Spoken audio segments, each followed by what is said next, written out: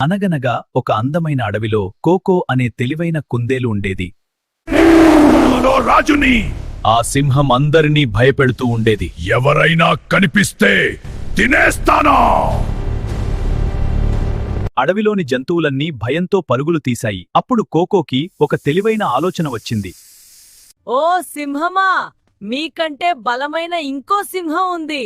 ఏమిటి? అది ఎక్కడుంది? కోకో ఆ సింహాన్ని ఒక లోతైన బావి దగ్గరకు తీసుకెళ్ళింది.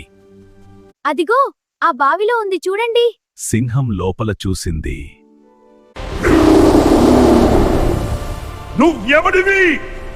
ఎవడివి? ఎవడివి? కోపంతో సింహం బావిలోకి దూకేసింది. అలా కోకో తన తెలివితో అందరినీ కాపాడింది. ఇంకా ఇలాంటి కథల కోసం సబ్స్క్రైబ్ చేయండి, బెల్ ఐకాన్ నొక్కండి.